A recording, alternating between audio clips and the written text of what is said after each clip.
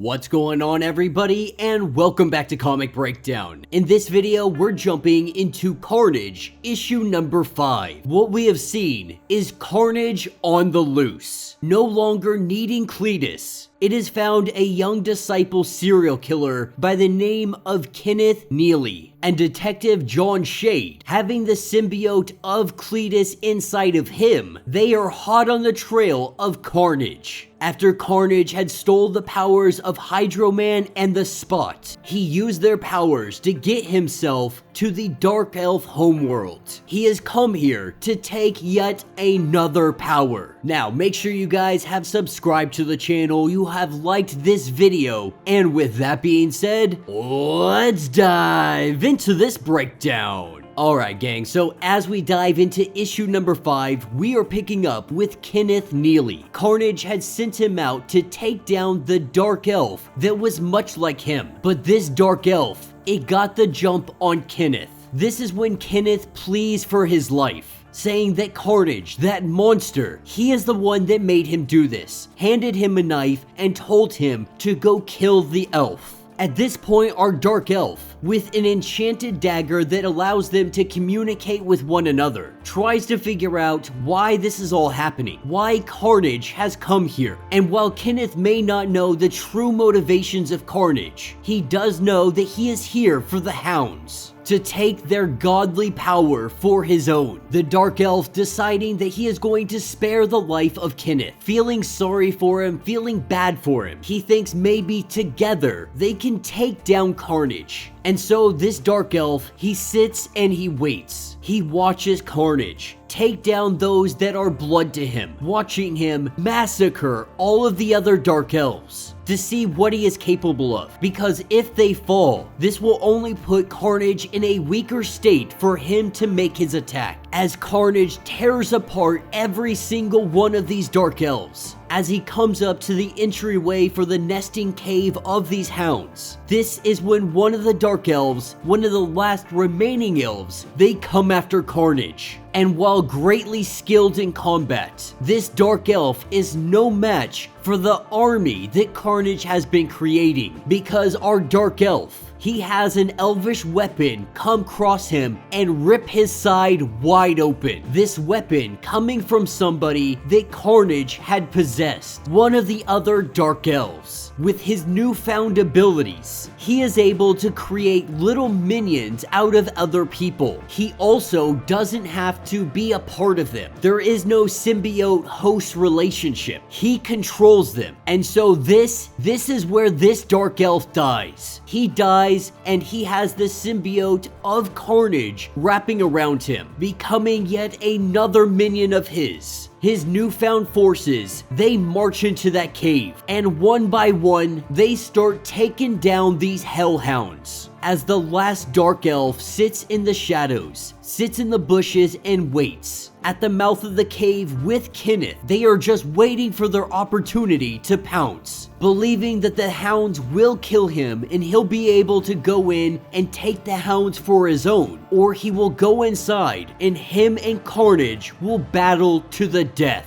And this is when Kenneth, he has to ask, why are you doing all of this? What drives you to have this kind of ambition? What drives him is his disabilities. Missing a hand, having a back that is just all the way jacked up. He was always seen lesser than. He knew that everybody would always look at him in this manner. And so he wants to change that perspective. If he is able to take hold of these Hounds, no one can deny who he truly is. And just maybe, he can finally be free of his demons. And so with Kenneth going into the mouth of the cave, he is greeted by Carnage, telling Carnage that he is tired, but also wanting to understand the point of all of this. Because there was no euphoric madness, no underlining dark beauty in it all. All of his kills so far, they all had some kind of purpose, not understanding what was to gain from killing all of these elves. What was to gain from killing the Hounds? This is when we see one of the hounds completely covered in carnage. While he did kill most of them, he kept one of them alive, saying that his name is going to be Spike. He avoids giving Kenneth an answer to see if Kenneth did his job, and he tells Carnage that he did. This is when we pan over and we have the Dark Elf, who is currently tied up to a tree. Kenneth, being a serial killer, taking his opportunity when the Dark Elf fully trusted him. He gave him the kiss of Judas, taking his blade upon the Dark Elf's neck and pulling it straight across. The Dark Elf never saw this coming, saying that there was no beauty in his death. There was no meaning to any of it. He didn't make him more beautiful, so why would Carnage make him do this? Informing Kenneth,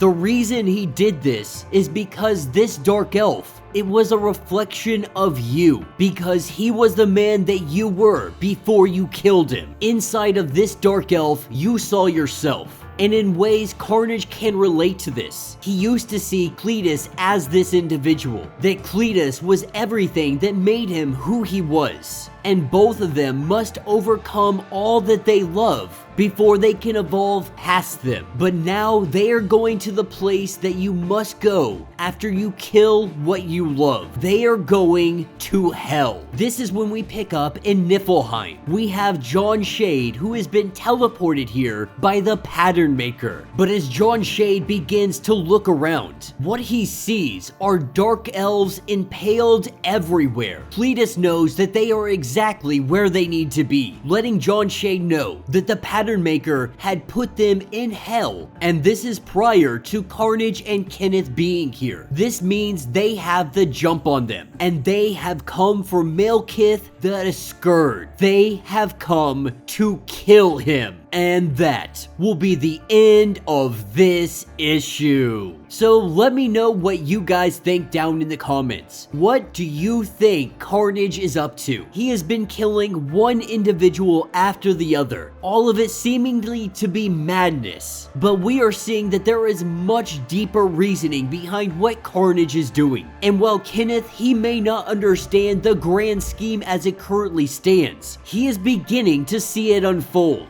But what is even more interesting about this comic and what Ram V has been doing is he is making Cletus kind of the good guy. After all of this time, after all of these years, Cletus at his very core is a rotten, evil person. But with Jon Shayde being his host, the goodness of Jon is rubbing off onto Cletus, making him want to do the right thing, at least to a certain degree. Now, the methods on how he does the right thing, that is still highly up for debate. But whatever Carnage is doing, he is amassing not only an army, but such a great amount of power. He is no longer thinking small. He is thinking very, very big. And with Eddie Brock so preoccupied with everything going on in his current run, how long is it going to take before they notice this rogue symbiote? Before they recognize Carnage, before he gets too powerful and takes whatever he wants? Let me know your thoughts, let me know your theories. If you would like to get caught up on everything going on with Ram V's Carnage, be sure to check out the link in my description as well as the top of this video. It is gonna get you completely caught up on the entirety of this series. Now, if you would like to support the channel, you can always do so by hitting the super thanks button. This button will let you donate directly to the channel, and every little bit helps us out. Now, if you can't do that, do me a favor, subscribe to the channel, like this video, hit that notification bell, and with that being said, until the next breakdown.